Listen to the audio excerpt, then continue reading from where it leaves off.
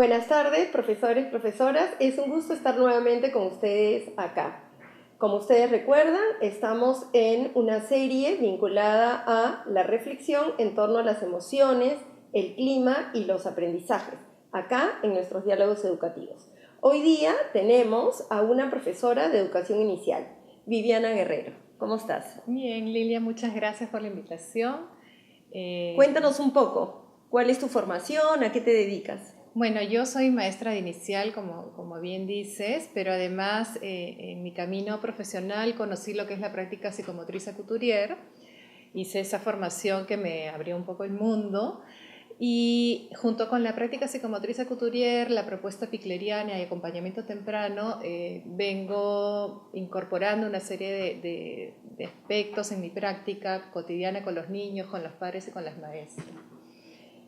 Cuando nosotros conversamos, a mí me llama la atención que una de las primeras cuestiones que tú siempre mencionas es cómo acompañar a los niños, pero en autonomía. ¿A qué te refieres con eso? Porque no es algo que vinculemos niño-autonomía. ¿A qué te refieres? Bueno, en realidad de lo que se trata y lo que nos proponen estas propuestas de las que te he hablado, es que el niño cuando nace en una dependencia absoluta del adulto, ¿verdad? Él necesita de un adulto que pueda brindarle lo necesario para satisfacer sus necesidades básicas, pero es autónomo en el desarrollo de sus capacidades. Esto quiere decir, por ejemplo, que un niño, en la medida que le ofrezcas condiciones seguras, que sus necesidades básicas estén atendidas, va a conseguir, por ejemplo, realizar todos los movimientos necesarios para girar de un lado a otro, o para luego sentarse o pararse, todas posturas que de pronto son las primeras que nos llaman la atención y los que dicen,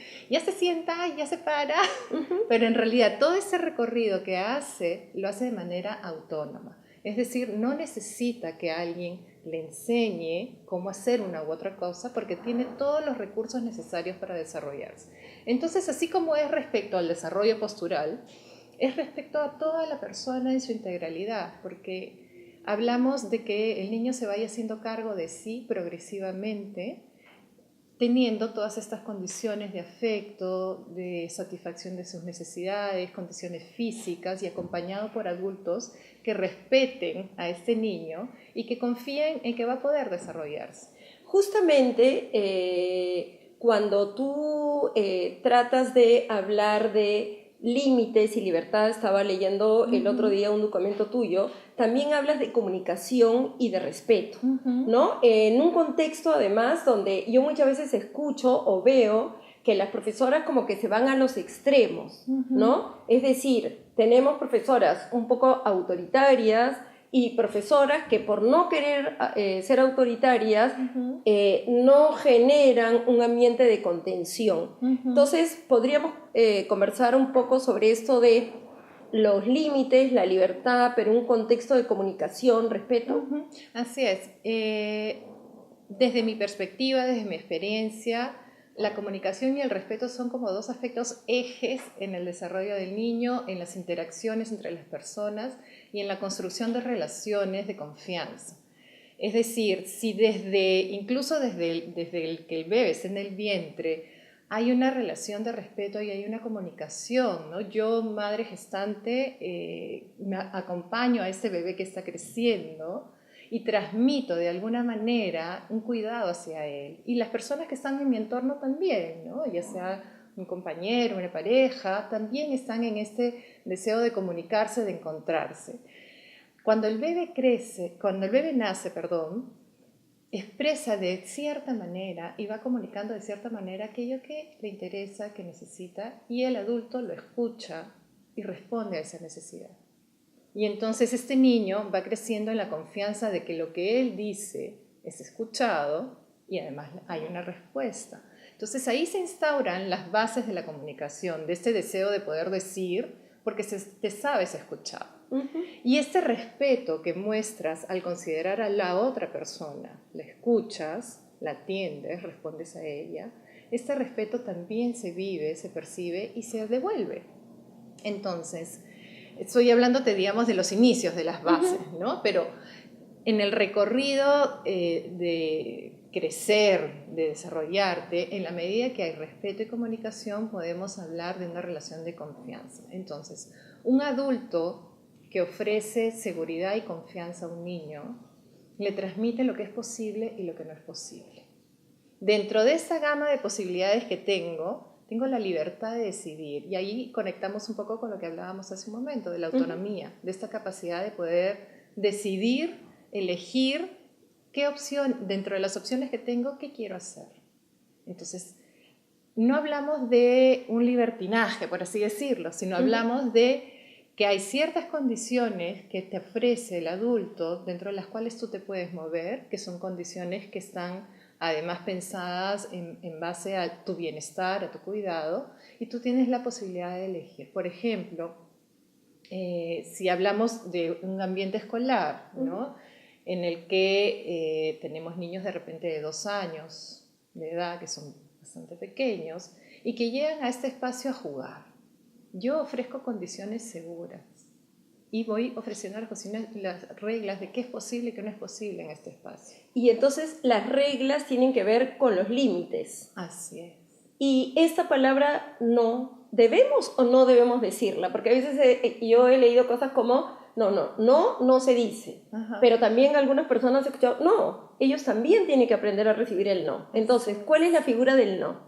Es que el no es necesario. Ajá. Y además el no se expresa desde pequeñito hasta el último día de tu vida, ¿no? Cuando tienes a un bebé recién nacido o a los que está de pronto tomando su leche o está lactando y el bebé voltea la carita y uno dice, ay no, hay que darle un poquito más porque todavía faltan 2 onzas. Pero en realidad este bebé ya te está diciendo que por lo pronto necesita una pausa, que ahorita no. Ajá. De repente prosigue y sigue tomando su leche, o de repente ya fue suficiente y voltea otra vez la carita. Entonces, este no, si yo parto de la premisa de escuchar, de respetar, yo respondo, parece que ya no tienes tantas ganas de tomar tu leche.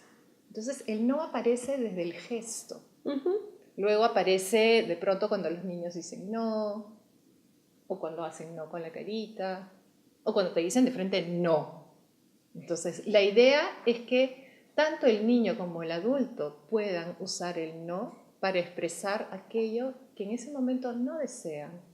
¿Y cómo manejar las emociones de los niños, ¿no? Porque a veces también las profesoras nos cuentan, ¿no? Yo intento poner límites, yo intento decir no, pero se desbordan, incluso algunas nos hablan, hacen pataleta. Entonces, claro, entonces tenemos que retroceder y permitir que hagan, o cómo manejar esas emociones que yo me imagino que todos sentimos, ¿no? Porque claro, no nos gusta que nos digan que no. Así es, así es. En realidad, cuando yo hablo de que decirle no a un niño, comentábamos el otro día, ¿no? Es un acto de amor hacia él, es porque hay una preocupación por esta persona, hay una consideración hacia esta persona y hay un buscar su bienestar. Entonces, este no que tú le dices no es porque a ti se te ocurrió y porque no te provocó, es porque se trata de un no que lo va a cuidar. Entonces, el niño a veces lo puede recibir bien, pero a veces no, y se va a enojar, se va a frustrar. Y nosotros de alguna manera tenemos que poder sostener esa emoción, ¿no? O sea, dejarla ser. Exacto, que la pueda expresar, porque es más difícil que un niño se tenga que contener por temor a la reacción del adulto y no puede expresar que está enojado, que está molesto o que está asustado, sino por el contrario, tiene que sacar esto y decirlo. El rol del adulto ahí tiene que ser recibirlo y decirle, sé que estás molesto. Yo sé que tú quieres seguir jugando, pero ahora el tiempo para jugar se acabó. Va a ser necesario guardar los juguetes, yo te acompaño y poder transitar por recibir ese enojo, ¿no? Recibes el enojo, el llanto, ¿no? De pronto a veces pueden alzar la voz, pueden gritar y tú contienes. Te lo van a agradecer porque finalmente eso les da la seguridad que hay alguien que está a cargo, que los cuida. Cuando nosotros hemos conversado en anterior diálogo, yo siempre le pregunto a nuestros invitados qué es lo que las maestras tenemos que hacer. ¿no? Y claro, mi pregunta es si estamos pensando en cuáles son algunos aprendizajes que nosotras como maestras, cuidadoras de niños pequeños tenemos que hacer. ¿Cuáles dirías tú que son esos aprendizajes?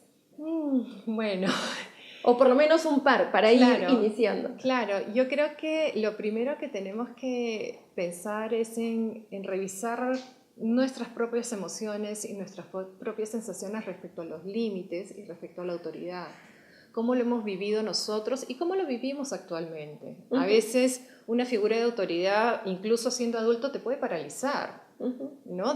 Y esto tendrá que ver con tus experiencias previas, o a veces te revela, ¿no? Y al contrario te opones más, ¿no? Entonces, pensar primero cómo lo vivimos nosotros y cómo de alguna manera nos reaseguramos en nuestro rol, pero desde una perspectiva distinta quizás a la mayoría que hemos vivido. Esa perspectiva tiene que ver con una figura de autoridad que se construye a partir del respeto, no del temor a la consecuencia de un castigo, de un grito, de una explosión, ¿no? Y también tiene que ver con incorporar esta idea de las reglas como que están al servicio del cuidado de la persona, ¿no? Entonces las reglas que tenemos, las leyes que tenemos, ¿por qué están? Están para cuidarnos a nosotros y a los demás. Entonces, si partimos de esta perspectiva, nuestro lugar al acompañar a un niño va a ser distinto, porque yo no te voy a permitir que subas a esta escalera, a este taburete, porque, mira, estás con medias y te puedes resbalar. Entonces ahí hay un límite. De pronto el niño se podrá enojar porque quiere subir en ese instante. Para subir te sacas las medias, yo te acompaño. Y entonces de esta manera puedes conseguir que el niño vaya encontrando el sentido y no te vas a subir porque te vas a caer y te vas a hacer daño. No, puedes subir pero sin medias. Gracias, Viviana. Profesores, profesoras, una vez más hemos llegado a conclusiones similares. Para poder contener las emociones de nuestros estudiantes, para cuidarlos, para respetarlos, tenemos que pensar primero en nosotros mismos. ¿Cuáles son las emociones que sentimos? ¿Cuál ha sido nuestra relación con la autoridad? Solo cuando tengamos claro cómo ha sido todo esto, quizás podamos pensar en nuestra relación con los niños y las niñas.